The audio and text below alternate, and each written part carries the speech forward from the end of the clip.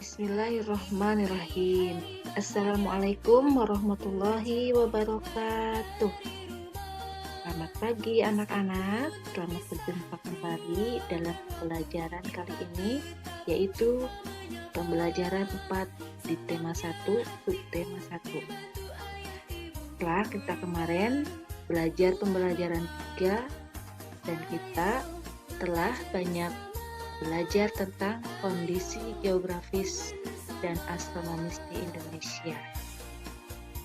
Baiklah, untuk mengawali pembelajaran kita kali ini, mari kita membaca basmalah bersama-sama. Bismillahirrahmanirrahim.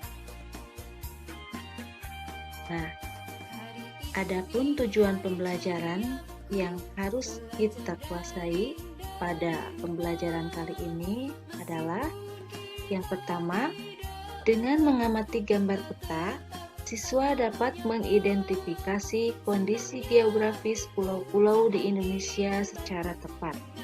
Yang kedua, dengan membuat informasi, siswa dapat menyebutkan kondisi geografis wilayah Indonesia secara benar.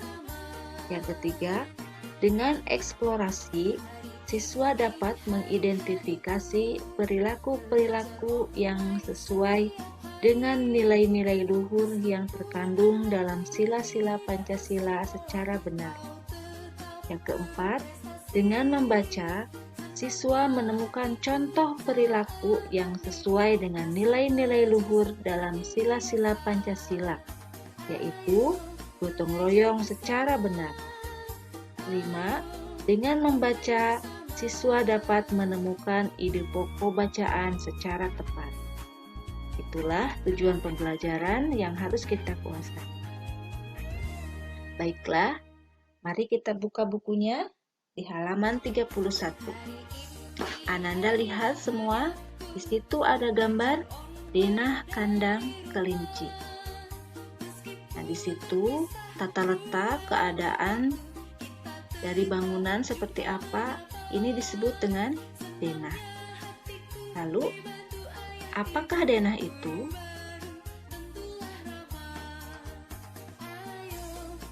Denah merupakan gambaran tentang tata letak dalam suatu ruangan atau tempat. Gambaran yang lebih luas dibandingkan dengan denah adalah peta. Peta merupakan gambaran dengan menggunakan skala tertentu mengenai suatu daerah. Jadi dengan peta kita bisa mengetahui kondisi geografis Indonesia. Nah, setelah kemarin kamu mengetahui keadaan geografis Indonesia secara keseluruhan, sekarang mari kita pelajari keadaan geografis Indonesia di setiap pulau di Indonesia. Pulau besar di Indonesia meliputi Pulau Sumatera, Pulau Jawa, Pulau Kalimantan, Sulawesi, Bali, Nusa Tenggara, Kepulauan Maluku, serta Papua.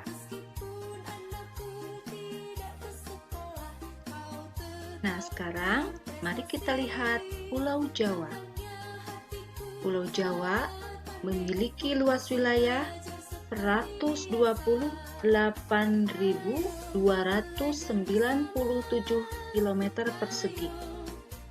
Keadaan alam di Pulau Jawa, untuk perairan, ada Sungai Bengawan Solo, ada Sungai Cisadane, ada Waduk Jatiluhur, Danau Ranu Kumbolo. Nah, sedangkan untuk gunungnya ada Gunung Salak, Gunung Merapi, Gunung Semeru, dan Gunung Slamet. Untuk batas-batas wilayahnya, batas di bagian utara ada Pulau Kalimantan dan Laut Jawa. Di sebelah timur ada Selat Bali dan Pulau Bali. Sebelah barat ada Selat Sunda dan sebelah selatan dibatasi oleh Samudra Hindia. Selanjutnya kita lihat Pulau Sumatera. Luas wilayah Pulau Sumatera yaitu 473.400 km persegi.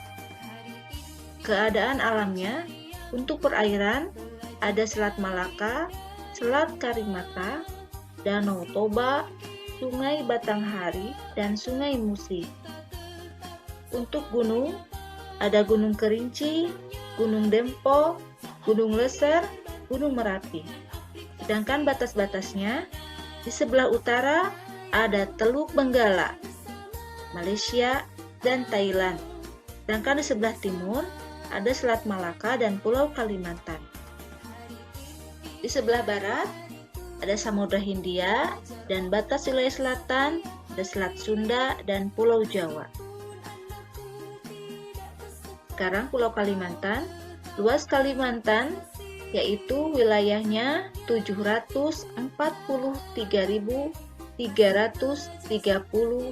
km persegi. Untuk keadaan alamnya, di perairan ada Sungai Kapuas, Sungai Barito, Sungai Mahakam, Pantai Pulau Salak, Danau Bangkau, Danau Lait, dan Pantai Kura-Kura. Sedangkan untuk gunungnya, ada Gunung Raya, Gunung Kinabalu, dan Pegunungan Suwanar. Sedangkan batas-batas wilayahnya, di sebelah utara berbatasan dengan Malaysia, Brunei, dan Laut Tiongkok Selatan. Sedangkan batas wilayah timur, ada Selat Makassar dan Pulau Sulawesi. Di sebelah barat, berbatasan dengan Laut Natuna dan Pulau Sumatera. Batas di wilayah selatan ada Laut Jawa dan Pulau Jawa. Kita kembali jalan-jalan ke Pulau Sulawesi. Pulau Sulawesi memiliki luas wilayah 174.600 km persegi. Keadaan alamnya, untuk perairan, Pulau Sulawesi memiliki Sungai Lariang, Sungai Poso, Danau Tempe, Danau Towuti, Pantai Losari, dan Pantai Tanjung Bira. Sedangkan gunungnya ada Gunung Latimojong, Gunung Klabat, Gunung Lokon, dan Gunung Rante Mario. Adapun batas-batas wilayahnya, di sebelah utara berbatasan dengan Laut Sulawesi dan Filipina. Dan sebelah timur ada Laut Maluku dan Kepulauan Maluku. Batas di wilayah barat berbatasan dengan Selat Makassar dan Pulau Kalimantan. Dan di sebelah selatan berbatasan dengan Laut Flores dan Nusa Tenggara Timur. Kemudian Pulau Bali dan Nusa Tenggara. Luas wilayahnya adalah 72.876 km persegi. Keadaan alamnya, untuk perairan ada Sungai Petanu, Sungai Penet, Pantai Lombok, Pantai Kuta, Danau Batur, dan Danau Batur. Untuk gunungnya ada Gunung Batur, Gunung Rinjani, Gunung Agung, dan Gunung Tambora. Adapun batas-batas wilayahnya, di sebelah utara ada Laut Bali, Laut Flores, dan Pulau Sulawesi. Di sebelah timur ada Timur Timur, di sebelah barat ada Pulau Jawa dan Selat Bali, dan di sebelah selatan ada Samudra Hindia. Dan yang terakhir adalah Pulau Papua. Luas wilayah dari Pulau Papua adalah 319.036 km persegi. Keadaan alamnya, untuk perairan ada Sungai Memberamo, Sungai Baliem, Danau Sentani, Pantai Raja Ampat. Untuk gunungnya ada Gunung Jayawijaya, Gunung Yamin, dan Gunung Dera Baru.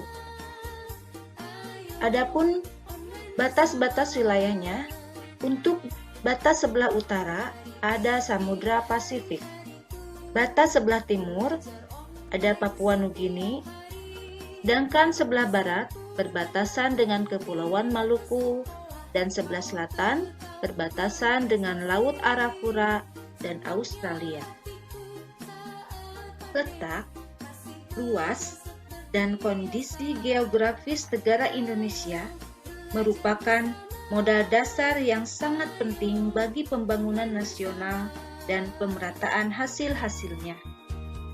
Namun demikian, semuanya itu harus didukung dengan perilaku dan sikap positif yang sesuai dengan nilai-nilai luhur yang terkandung dalam sila-sila Pancasila. Sikap dan perilaku negatif yang bertentangan dengan nilai-nilai luhur yang terkandung dalam sila-sila Pancasila akan menjadi penghambat pembangunan nasional. Salah satu sikap yang menjadi modal dasar bagi terciptanya suasana masyarakat yang harmonis adalah sikap gotong royong. Apakah gotong royong itu? Gotong royong adalah kerjasama untuk mencapai tujuan bersama. Tujuannya apa? Yaitu untuk mempererat dan memperkuat hubungan masyarakat. Gotong royong juga membuat masyarakat mempunyai tujuan yang sama. Dan di situ akan lahirlah rasa saling memiliki. Sehingga program-program pembangunan pemerintah pun akan terlaksana dengan baik. Itulah sikap gotong royong yang harus dimiliki oleh setiap warga negara, karena gotong royong menjadi kunci keberhasilan dalam pembangunan Indonesia. Dan dengan gotong royong tersebut, masyarakat memiliki tujuan yang sama untuk mewujudkan kepentingan bersama tanpa mempedulikan perbedaan suku maupun golongan. Oleh sebab itu, gotong royong merupakan modal demi terwujudnya masyarakat Indonesia yang harmonis dan sejahtera. Demikianlah pembelajaran 4 yang dapat kita laksanakan pada hari ini. Pada kesempatan ini tadi kita telah belajar tentang letak geografis pulau-pulau besar di Indonesia dan kita juga memahami bagaimana pentingnya sikap gotong royong. Demikianlah yang bisa Ibu sampaikan. Mohon maaf atas kekurangan. Assalamualaikum warahmatullahi wabarakatuh.